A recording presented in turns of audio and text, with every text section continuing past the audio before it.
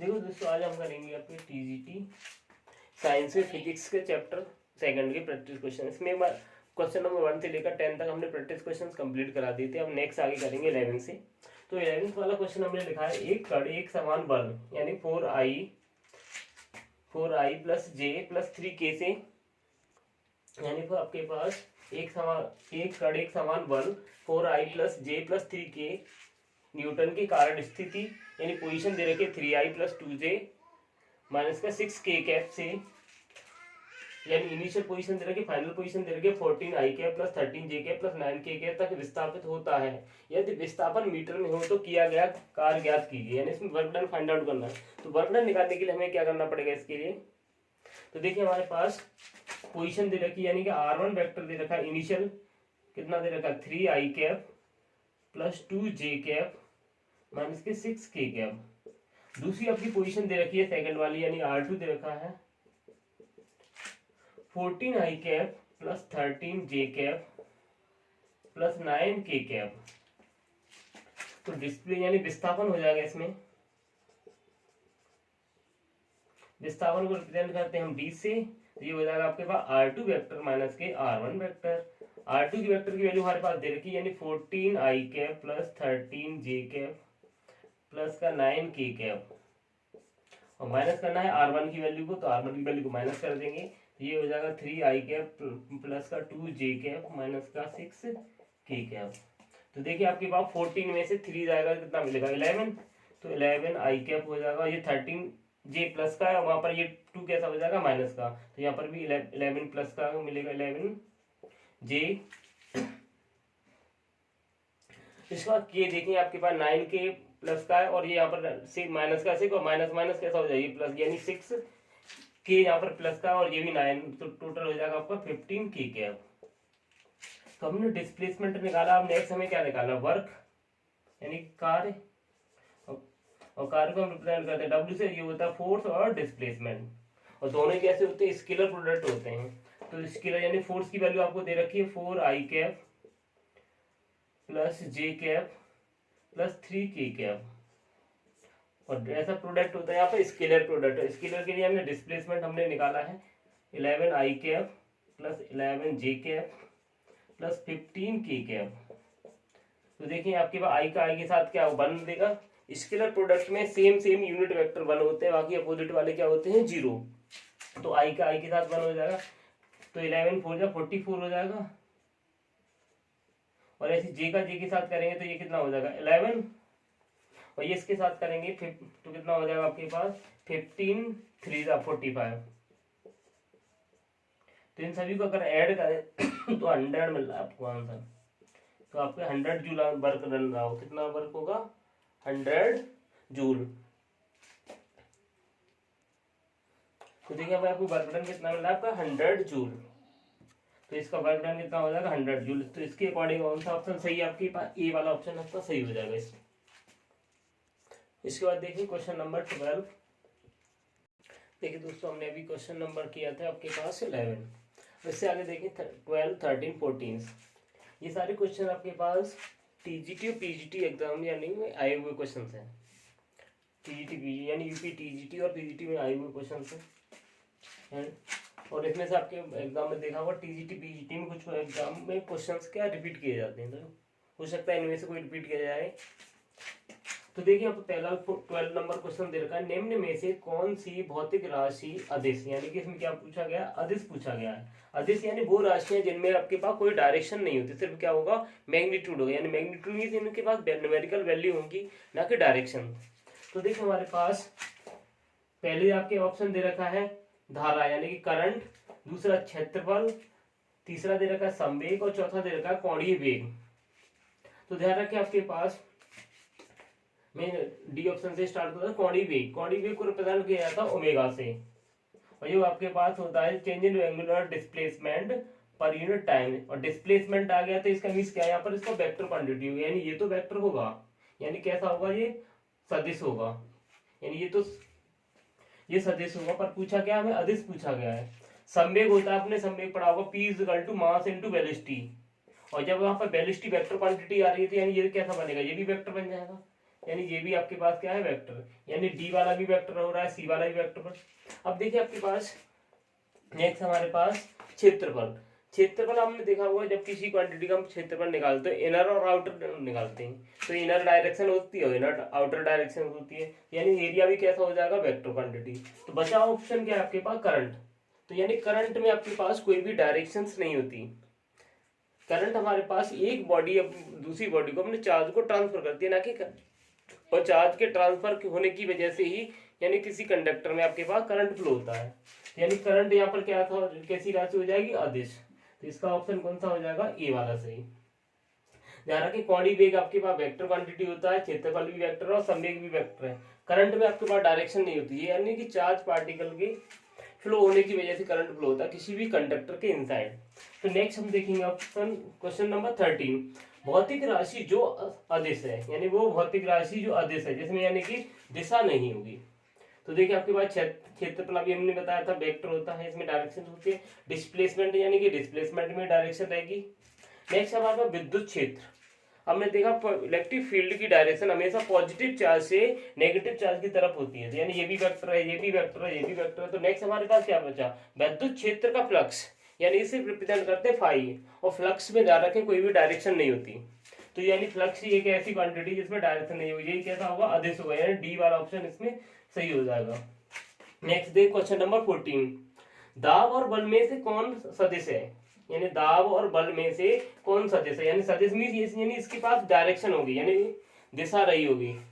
तो देखिए आपके पास दाब यानी प्रेशर और बल। देखिए हमारे पास दाब, जैसे हमने देखा किसी बलून में अगर एयर फिलअप करते हैं तो एयर भरने के बाद देखते हैं बलून में आपके पास ऑल ओवर डायरेक्शन में क्या ग्रोथ करता है। जब ऑल ओवर डायरेक्शन में ग्रोथ करता है तो कोई एक पर्टिकुलर डायरेक्शन नहीं बोल सकते उसमें, क्योंकि बहुत सारी डायरेक्शन है। डायरेक्शन मीन्स किसी एक डायरेक्शन, जैसे हमने डायग्राम में समझा रहा हूँ, अगर बलून में एयर भर रहा है तो ये इधर भी ग्रो करेगा, इधर भी करेगा, ऑल ओवर डायरेक्शन में ग्रो कर रहा है। और डायरेक्शन कब आएगी इसमें आपके पास, किसी एक डायरेक्शन में, या तो ये इधर ही चला जाए या तो इधर चला जाए या इधर, पर ऐसा होता ही नहीं है। तो इसीलिए आपके पास ध्यान रखें दाब यानी प्रेशर में कोई आपकी डायरेक्शन नहीं होती। प्रेशर हमें आसपास कैसी क्वांटिटी रहेगा, स्केलर। पर बल में हमारी डायरेक्शन होती है। बल किसी बॉडी को हम फॉरवर्ड डायरेक्शन में अप्लाई कर सकते हैं, बैकवर्ड डायरेक्शन में कर सकते हैं, यानी पुश कर सकते हैं या फिर पुल कर सकते हैं। तो यानी बल में हमारे पास डायरेक्शन होगी, पर आपके पास दाब में कोई डायरेक्शन नहीं होगी। तो इसमें क्या पूछा है, सदिश पूछा है, यानी सदिश यानी दिशा किसके पास होगी, बल के पास होगी। तो इसका ऑप्शन हो जाएगा 14 वाले का बी ऑप्शन सही। तो इसके बाद नेक्स्ट देखें हम क्वेश्चन नंबर 15। चलो दोस्तों देखिए नेक्स्ट क्वेश्चन नंबर 15, काफी अच्छा क्वेश्चन है, ये भी आपके पास पीजीटी एग्जाम में आएगा। इसमें आपके पास बोला गया है यदि दो सदिश राशियों के योग और अंतर का परिणाम एक ही है तो उनके बीच का कोण क्या होगा।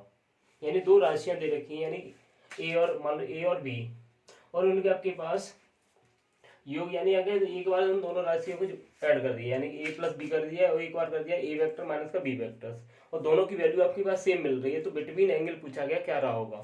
तो देखिए इस क्वेश्चन को हमने यहाँ पर लिखा हुआ है R vector is equal to A vector plus B vector और R vector is equal to A vector minus का बी वेक्टर, और दोनों को बराबर बोला है तो हम बराबर लिख सकते हैं। A vector plus B vector is equal to क्या हो जाएगा, ए वेक्टर माइनस के बी वेक्टर। अब यहाँ पर क्या करेंगे, स्क्वायर बोथ साइड, दोनों साइड आप स्क्वायर कर लो, तो ये हो जाएगा आपके पास ए वेक्टर प्लस बी वेक्टर का स्क्वायर, और ऐसे ही आपके पास ए वेक्टर माइनस के बी वेक्टर का स्क्वायर। तो ये हो जाएगा ए स्क्वायर प्लस बी स्क्वायर और प्लस का 2a vector dot B vector, इधर हो जाएगा ए स्क्वायर प्लस का बी स्क्वायर और माइनस का 2ab वेक्टर। अब देखिए ए स्क्वायर से ए स्क्वायर कट जाएगा, बी स्क्वायर से बी स्क्वायर कट जाएगा, ये माइनस का है तो इधर ट्रांसफर कर लो, तो 2a वेक्टर और ये माइनस का इधर आएगा तो प्लस का हो जाएगा, यानी लिख सकते हैं direct 4a vector dot B vector equal to 0। अब ये a vector dot B vector का बिटवीन एंगल हमने क्या लिखा था, cos थीटा, और cos में 0 किसकी वैल्यू होती है 90, और 4 को 0 में भेज देंगे तो क्या हो जाएगा A vector dot B vector equal to 0। तो ये क्या हो जाएगा ए बी cos थीटा, और यहाँ पर क्या हो जाएगा cos 0। तो यानी देखिए और ये ऐसे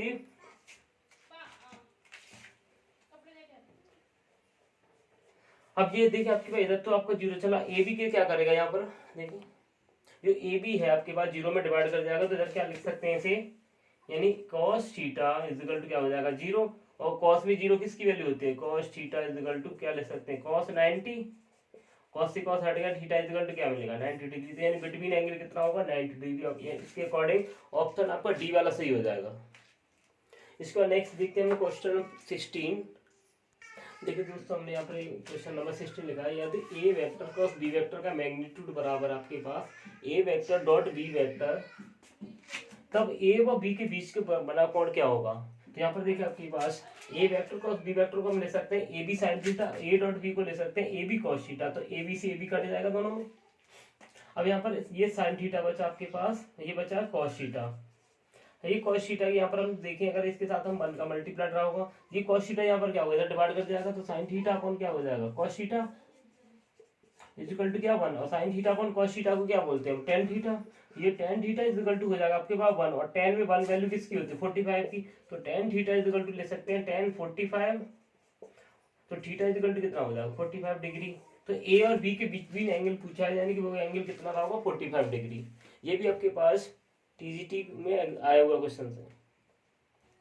नेक्स्ट क्वेश्चन देखेंगे 17।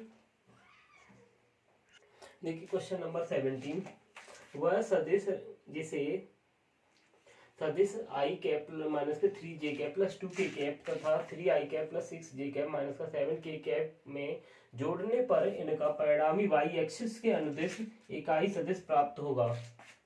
यानी आपके पास यानी इन दोनों वेक्टर को ऐड करके और y एक्सिस के साथ हमारे पास सब्ट्रैक्ट करना है, और सब्ट्रैक्ट करने के बाद कोई आपके यूनिट वेक्टर निकाल के इसका वेक्टर बताना है कि क्या वेक्टर रहा होगा आंसर। तो देखिए हमारे पास अब यहाँ पर पूछा किसके y एक्सिस के, तो y एक्सिस का यूनिट वेक्टर होता है j, तो y एक्सिस y अक्ष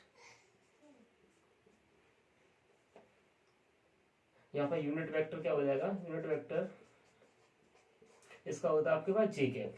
तो हमें क्या करना है j कैप में से ही सारे वेक्टर इन दोनों को ऐड करना है और सब्ट्रैक्ट कर देना है। तो देखो पहला हमारे पास क्या है i कैप माइनस का 3j कैप प्लस का 2k कैप, और प्लस का दे रखा आपके पास 3i कैप प्लस का 6j कैप और माइनस का 7k कैप। देखिए j कैप ये बाहर चल रहा है और इन सभी को सॉल्व कर लेते हैं एक साथ इनसाइड ही, तो i और ये 3i कितना हो जाएगा आपके पास 4i, और j माइनस का 3j और प्लस का 6j यानी कितना मिलेगा प्लस का 3j कैप, और ये आपके माइनस का 7 और ये प्लस का 2 यानी कितना मिलेगा माइनस का 5k कैप। अब ये क्या है इनसाइड देखो j हो जाएगा माइनस का 4i कैप हो जाएगा और माइनस का 3j कैप हो जाएगा और ये माइनस माइनस का 5k कैप हो जाएगा। अब देखो j का a के साथ सब्ट्रैक्शन करा तो माइनस का 4i कैप और ये हो जाएगा माइनस का 2j कैप हो जाएगा प्लस का 5k कैप। तो देखिए इसके अकॉर्डिंग आपको कौन सा आंसर दिखाई दे रहा है बी वाला, तो बी वाला आंसर हो जाएगा इस 16 वाले क्वेश्चन का आंसर। तो यहाँ पर पूछा है कि y एक्सिस के अनुदिश इकाई सदिश, यानी कि जोड़ने पर पूछा गया तो दोनों वेक्टर को जोड़े और y एक्सिस वाले वेक्टर से माइनस कर दे। y एक्सिस का यूनिट वेक्टर क्या होता है j, अगर x के साथ पूछा जाता तो यहाँ पर i लिखते, अगर k का बोला जाता तो यहाँ k लिखते और उसे सब्ट्रैक्ट कर देते। तो इस तरीके से नेक्स्ट 18 क्वेश्चन करते हैं। हेलो दोस्तों नेक्स्ट को देखते हैं क्वेश्चन नंबर 18 से आपके पास दे रखे हैं दो वेक्टर p व q जिनके परिणाम दे रखे 5√3 ओवर 10 5√3 मात्रा ओवर 10 मात्रा परस्पर एक दूसरे के साथ 30 डिग्री पर झुके हुए हैं। इन दोनों वेक्टरों के क्या कहता पूछा है, इन दोनों के वेक्टर गुणनफल का परिणाम होगा, यानी वेक्टर प्रोडक्ट पूछा गया। तो वेक्टर प्रोडक्ट हमारे पास मान लो क्या हो जाएगा, देखो पी और क्यू वेक्टर है तो P vector cross Q vector हो जाएगा। तो हम ले सकते हैं यहाँ पे पी क्यू और साइन थीटा।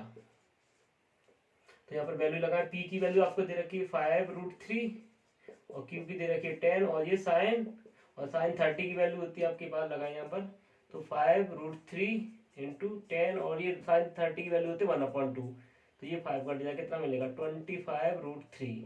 तो देखो 25√3 एक आंसर है यानी सी वाला, तो इसके अकॉर्डिंग सी वाला ऑप्शन आपका सही हो जाएगा। नेक्स्ट देखिए क्वेश्चन नंबर 19, भिन्न भिन्न परिणामों के न्यूनतम कितने, यानी न्यूनतम पूछा गया था रखना मैक्सिमम नहीं पूछा, तो न्यूनतम कितने समतली सदिशों का योग 0 हो सकता है। तो ध्यान रखें दो सदस्यों का आपके पास न्यूनतम समतलीय सदस्य नहीं बना पाते, यानी ये ट्रायंगुलर लॉ कंडीशन फॉलो नहीं करती। तो न्यूनतम आपका कौन सा तीसरा रहेगा, इससे अब आपके पास फोर्थ हो सकता है, फिफ्थ हो सकता है, पर इन्होंने पूछा न्यूनतम है तो ये थर्ड वाला ऑप्शन सही हो जाएंगे। यानी तीन आपके पास वेक्टरों का सम आपका जीरो हो सकता है। जैसे हमने parallelogram law of vector addition कराया था इस तरीके से, तो इसका रिजल्टेंट हमने कराया था, यानी ए वेक्टर और बी वेक्टर या आर वेक्टर। तो आर वेक्टर हमेशा बराबर होता है ए वेक्टर प्लस पी वेक्टर की। अगर दोनों डायरेक्शन अपोजिट है तो यहाँ पर ये माइनस हो जाता है साइन। ऐसे हमारे नेक्स्ट क्वेश्चन नंबर 20 देखें। यदि ए वेक्टर बराबर बी वेक्टर है तो ए वेक्टर प्लस बी वेक्टर तथा ए वेक्टर माइनस के बी वेक्टर के मध्य कोण यानी कि बिटवीन कोण क्या रहा होगा आपके पास। तो देखिए एक में हमारे पास पॉजिटिव है, एक में नेगेटिव, तो ये आपके पास कम्यूटेटिव कंडीशन फॉलो कर रहे होंगे आपके पास।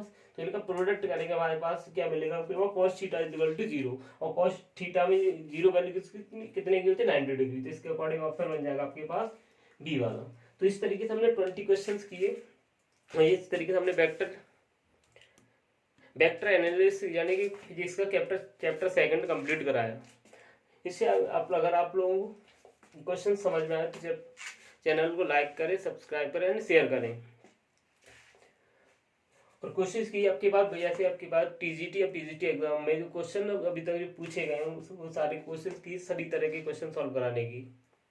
तो अगर आपको वीडियो अच्छा लगा हो तो लाइक करें, सब्सक्राइब करें, शेयर करें। इसके बाद हम नेक्स्ट चैप्टर स्टार्ट करेंगे।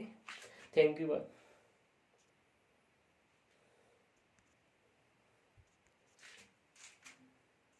Thank you.